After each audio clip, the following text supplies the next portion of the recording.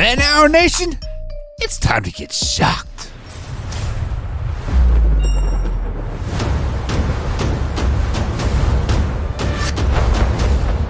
Well, ladies and gentlemen, the fat lady has sung. The fat lady said, we don't want no football in Buffalo. The Northeastern is rolling in, and they said, hell no, you ain't playing football here this weekend.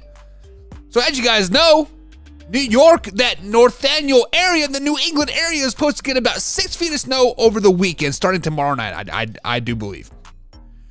In hindsight of that, the NFL has stepped in and said, Buffalo, you cannot play your game in Buffalo this weekend. We're going to make you go over to Detroit and play in Detroit this weekend.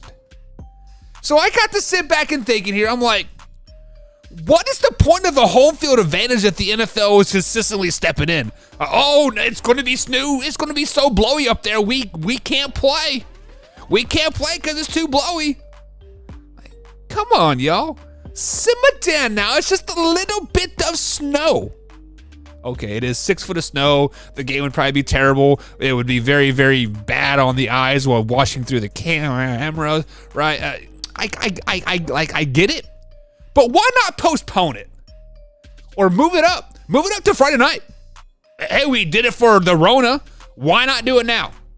But they want to move it to Detroit, basically make the Buffalo Bills and their fan base travel across Lake Erie, go to Detroit. I mean, I think it's like a 2-hour or 3-hour drive anyways, but still. That's kind of a long ways if you want to party and get drunk and drive through some tables. So Buffalo Bills fans, I'm sorry that you guys have to play in Detroit. But at least it's inside, and you can get back on track inside, and your quarterback's arm may not hurt, and I don't know. But in the end, man, that sucks for not only you, sucks for me. Because I had money to see if we could even see the game. But cue that intro. Are you ready for the best damn radio show on the planet? Man Hour Nation, rise up.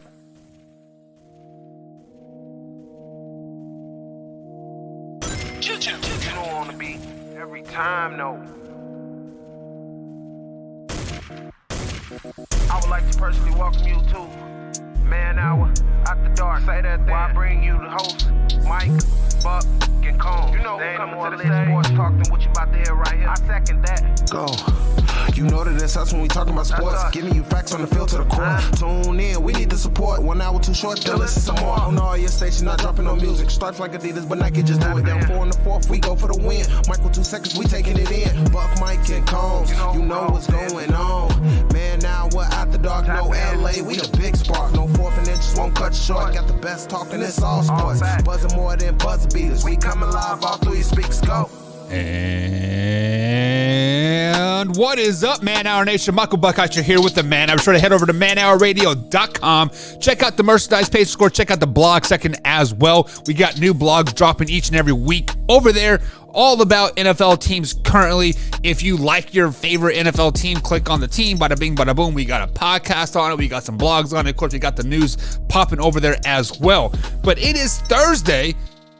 Little closer to the end of the week. We're past that hump day. We're at Conjunction Thursday. Theory has this day conjuncts us from the crappy part of the week and into the weekend. We're conjunctioning, and that means it's if and then statements right here on Thursday night on Man Hour. What is if and then statements? It is simple. It is very, very simple. Like all of our segments here, right here on Man Hour, we bust out a if statement. If it snows 6 feet, then the Buffalo Bills games get moved to Detroit. It is if statement, and we complete it with some thens. So if you guys got any if and then statements you'd like to for us to discuss for tonight, drop it in the chat here. But what we have lined up for tonight right now is we're going to talk a little bit about the Philadelphia Eagles and their Colts matchup on Sunday here. We're going to talk about the wide receiver woes in Kansas City. That is popping off. NFC South is wide open. Who is going to win that NFC South division? And then we're going to talk about Josh Allen, Mr. 6 interceptions himself. But before we get too carried away, we have to welcome our members into the chat here. We see Drew over there in the chat. What is up, my man, Drew? Alpha Rob is in there as always. Mama Buck, what is up to Mama Buck? Cindy is in there tonight. Gunner, what's up? Troy. Guys, we have a packed house tonight. So if you guys are here, say what's up. Drop it in the chat, and let's get this game started tonight. Ooh, Thursday night football, Packers versus Titans. That should be a damn good game. So if you guys have not tuned into it yet, don't do it yet. We'll be here for about a half hour, and then bada bing, bada boom, you can go watch the Packers. Packers beat down the Tennessee Titans. But let's get started with the if and then on this Thursday night edition of Man Hour. But wait. Got a surprise for you guys. Starting this week and this week only, Friday night, we are doing Football Fantasy Fridays starting tomorrow. Me and my man, Tori Anderson, we're going to have a special guest by the name of Wyatt Williams jumping on with us, and we're going to answer all your fantasy football questions right here at youtube.com/manhour or facebook.com/manhour sports. So if you guys are a part of our trash talk groups, mainly fantasy football discussion group, pop a question in that chat and we'll get an answer for you guys Friday night. Of course, we will have the live chat happening as well. So if you guys want to jump in there and do some great work, get your questions. Man, I got the hiccups. If you got your questions answered, pop them in there, and my man Tori Anderson will answer them because he is the fantasy guru right here on the Man Hour Sports Network. But the first if and then question of the night, or statement of the night, I should say, we are going to directly go up I-65, head up to Indianapolis, where the Indianapolis Colts will be taking on the Philadelphia Eagles Sunday afternoon. As you guys do know, Philadelphia Eagles dropped their first loss of the season last Monday versus the Washington Commanders. The Washington Commanders controlled that game from the snap, right? It was 40 minutes of time possession to 20 minutes. So it was a 1-to-2 ratio. So every 2 minutes, the Washington Commanders had the ball. The Eagles had it for 1 minute. So the if question of the night is, if the Philadelphia Eagles lose on Sunday to the Indianapolis Colts, then what? If the Philadelphia Eagles lose to the Colts on Sunday, it is because the Eagles could not get off the field on third down. On Monday, the Commanders, I should say, had over 50% completion percentage on third down. Now, that may not sound like very good percentage, but they had 21 third down opportunities to get off the field, and the Commanders succeeded 12 times on that. So right about 60%, they were getting, the ball an extra set of downs. It was third and long a lot of those times, but the Commanders were playing in front of the chains a lot in that game. So how can the Colts beat them?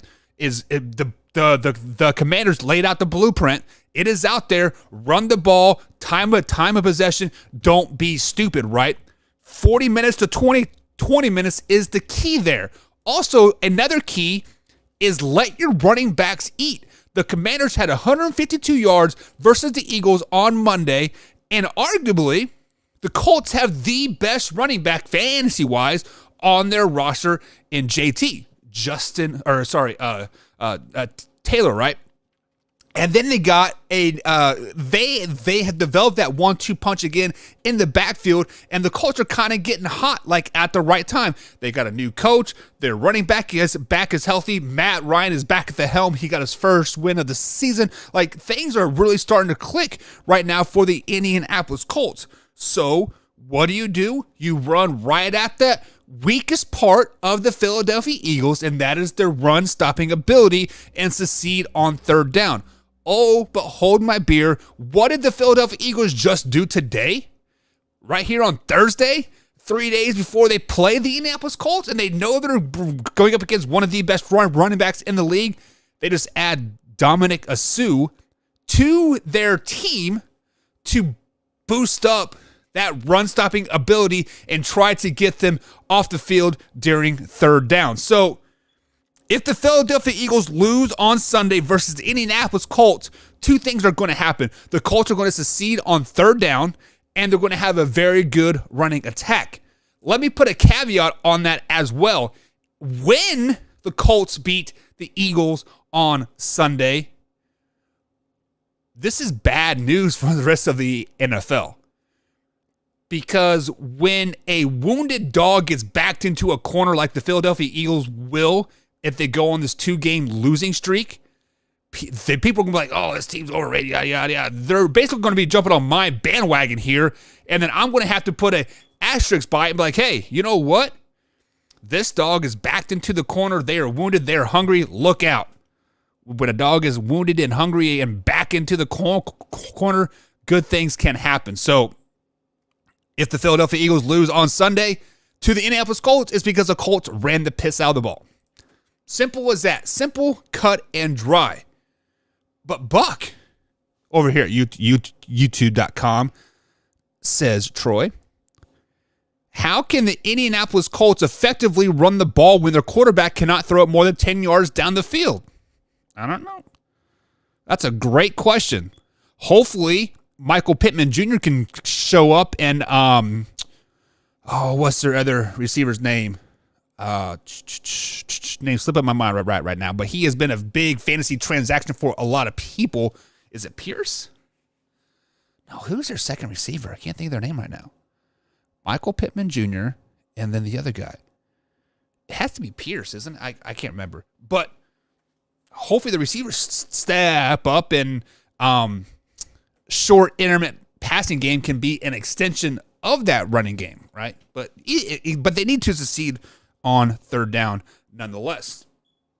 Moving on to the next if and then statement of the night here, guys. Let's travel to Missouri, to the Show Me State, and that is where the Kansas City Chiefs will be playing Sunday night. They'll be traveling to California to take on the Chargers in LA, which is basically be a home game for the Chiefs right in the end because nobody goes to those Chargers games in general.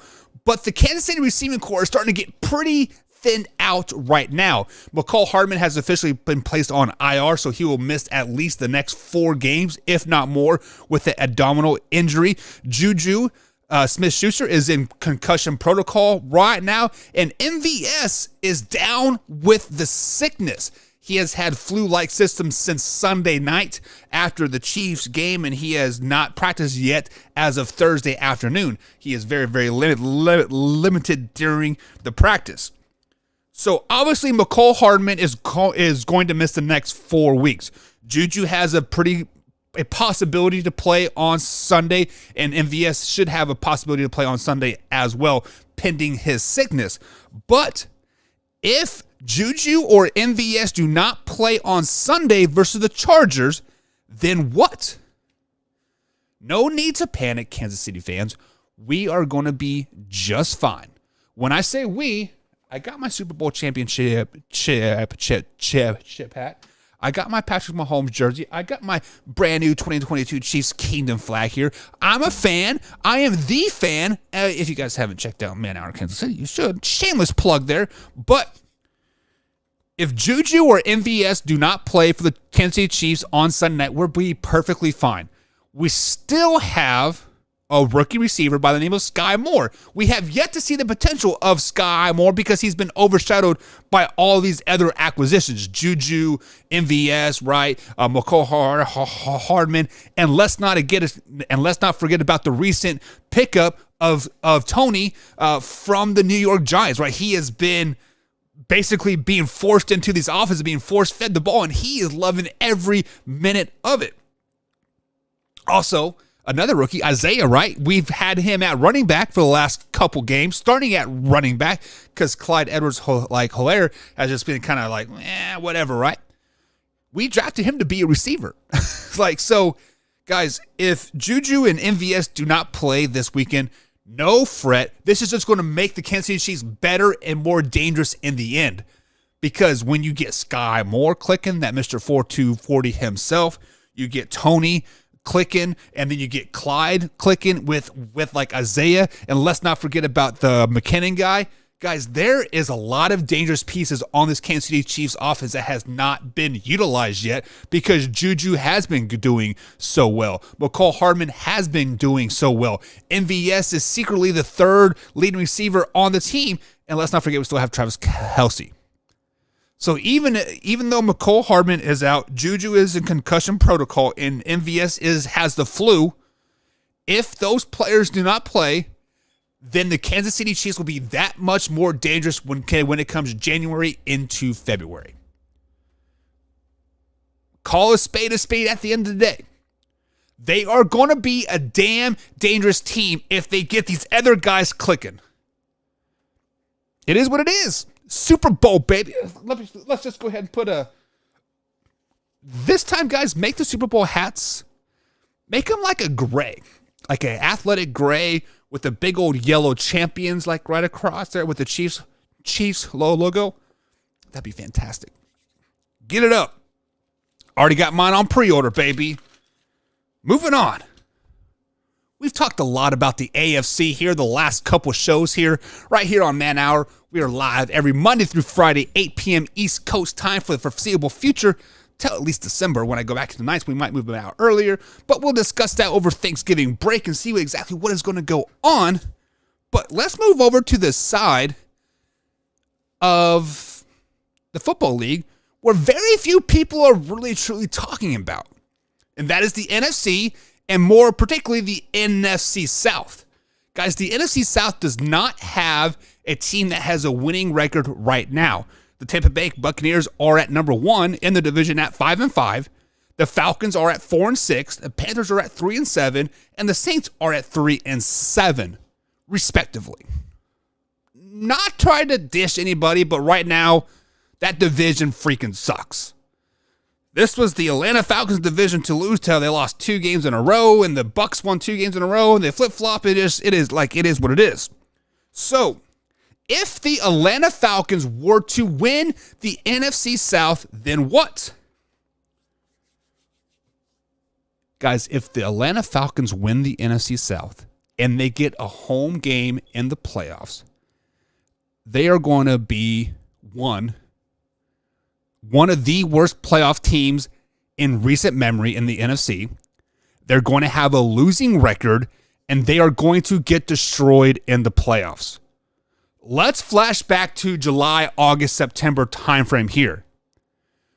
Myself, Beastie, Tori, Wyatt, we all sat right here on the Man Hour, and we all collectively said that the Atlanta Falcons are probably the worst team in the NFL.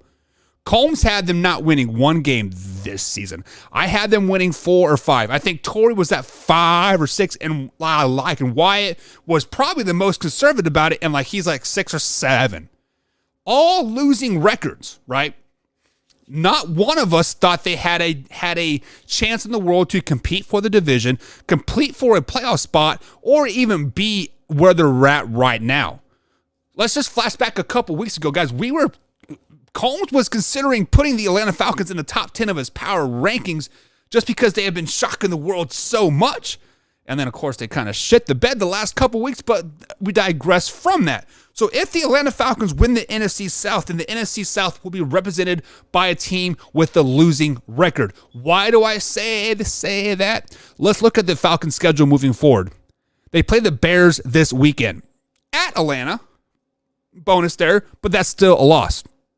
Then they travel to Washington, D.C. to take on the Commanders. That is a loss.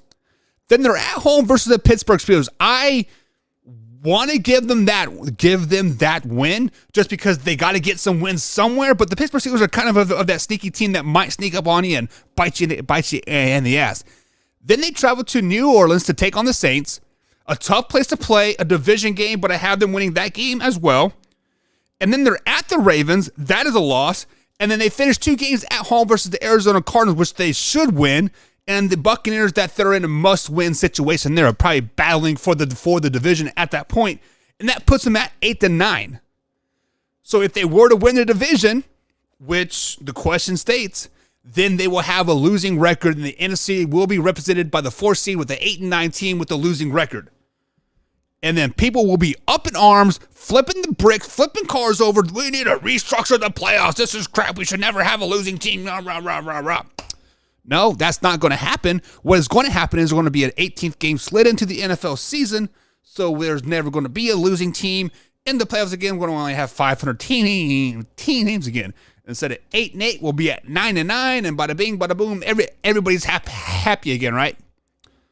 But yeah, if the Atlanta Falcons win the NFC South, the South will be represented with the team with the losing record. The NFC least is now the NFC loose, loused. I don't know. Something clever. People a lot more smarter than me make up those things. People are saying that there is no way that the Atlanta Falcons can win the division. This is the Bucs division to lose currently, which I agree. I think if the Bucs win the division, they are going to make some noise in the playoffs, just because it's Tom Brady at the end of the day.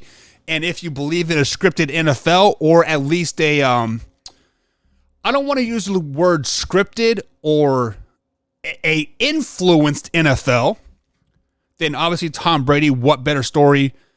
Right off in the sunset, get a second Super Bowl. What, he's had like 8 rings, like at that point. I don't know, it is what it is. At the end of the day, Alpha Rob jumped in the chat. What's up, Alpha Rob? He says Falcons would be the worst division winner in a while.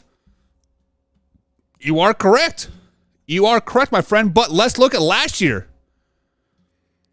Were the Dallas Cowboys one of the worst divisions that we've had, or worst division winners that we've had in a while? Trying to think of recent memory here. The Seattle Seahawks, the year they won the Super Bowl, weren't they 7-9? I don't know. But yeah, the Falcons would be one of the worst division champions in a long, long time. A lot worse than the Dallas Cowboys. Anyways, moving on to the next one here. The last if and then statement here before we all jump in and enjoy some Thursday Night Football. Green Bay Packers versus the Tennessee Titans, by the way. Go Pack, go, baby! Woo! Slow it down, baby. Slow it down. No. Fuck it. Go Pack, go! Go Pack, go! Go Pack, go! Let's go, baby. I'm getting late tonight. Anyways, the last if or then statement of the night, guys. Let's travel back over to the AFC. Not to Buffalo, but to Detroit, where the Buffalo Bills will be playing their home game on Sunday because, snow or scared of snow. But whatever, I digress. Josh Allen in post-practice conference today, he said he needs to, quote, I need to play more smart. As you guys know, Josh Allen has thrown 6 interceptions in the last 3 games, and he has yet to win a game in overtime in his career. Wrap your head around that. Josh Allen, one of the best quarterbacks in the NFL right now, has never won an overtime game. With that being said, if Josh Allen plays, and I air quote there, more smart than what? Guys, if Josh Allen plays, quote, more smart in his NFL game, he is going to basically suck as a quarterback. What do all coaches tell people, players in general, when they're on the field? If you start to think you are a step behind and you kill yourself / shoot yourself in the foot. So if Josh Allen has to play more smart, therefore he's going to be thinking more. What makes Josh Allen such a good quarterback in the NFL? He has that it factor. He doesn't need to think. He just reacts. He sees something and boom, he does it before his brain even comprehends what is happening. That is what makes great players great. It's the instinct. It's that it factor. It is the, I know I can do this and I don't have to think about it because I worked my ass off for 18 years to get to this freaking point. And Alpha Rob says he means to take checkdowns / or run, a.k.a. think more. What makes Josh Allen great is the lack of thinking. So to play more smart means more thinking, and therefore he is going to slow his game down. And in the short term, it is going to be affected. Short term as in this week, the next week, and maybe the week after that. And maybe by the playoffs, things start to speed back up for him. So this is a double-edged sword. Give me a hashtag waffle because my name's Wyatt Williams right now because I'm getting ready to beat into that bush and then beat all the way around it. So everything that I just said, take that up, ball it up, and then throw it out the window. Why? Because once Josh Allen gets past that thinking aspect and the checkdowns and the running and the scrambling ability and stop forcing the ball becomes a instinct and not a thinking ability, look the heck out. Look out. What makes Patrick Mahomes so great right now? He is able to diagnose the defense before the defense knows the play. He knows the defense better than the defense knows the defense. Josh Allen is not there yet. Once he gets there with that strong arm, with that 6'6", 260-pound frame, with that running ability, with the ability to get the ball to Micah Hyde and Singletary, right? Things are going to be good for the Buffalo Bills. When will it click? Playoff time. Exactly. When do you want to peak? Playoff time. When do you win a Super Bowl? Playoff time. When does Lamar Jackson lose? Playoff time. Guys, if Josh Allen starts to play quote, more smart, it is a short-term loss, long-term gain. Short-term loss, long-term gain. The Buffalo Bills will be just fine. Bills fans, do not panic yet. If he does play more smart this weekend in a dome in Detroit, you guys might... I don't even know who you guys play right now. I'm going to have to pull it up. I know who they play, but it's not registering in my head because I'm thinking go Pack go. Right now, it's kind of irritating a little bit, honestly. My Kentucky Wildcats are up 20 versus SC State. Hell yeah, baby. Got that game on TiVo on pause right now. The Buffalo Bills play the... Shoot, who do they play? Oh, they play the Browns. That's right, they play the Browns.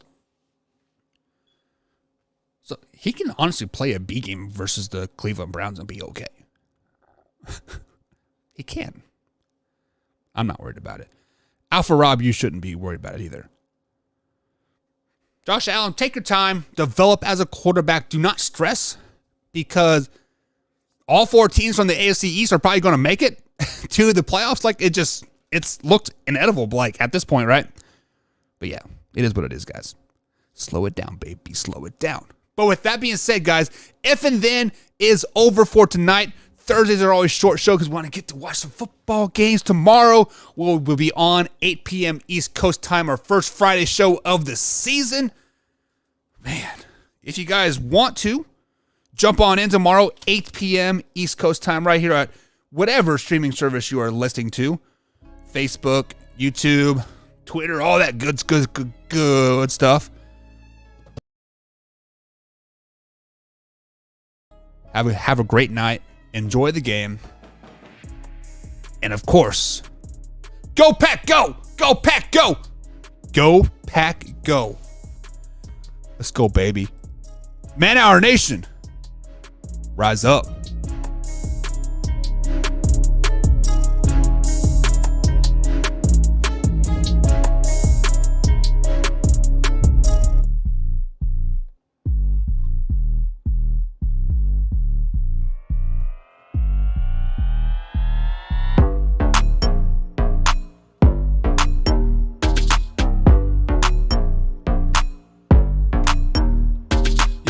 Is a habit and fucking is a game. God gets all the pleasure when that girl gets all the pain. He says I love you and you believe it true. When your tummy starts to swell, what the hell with you?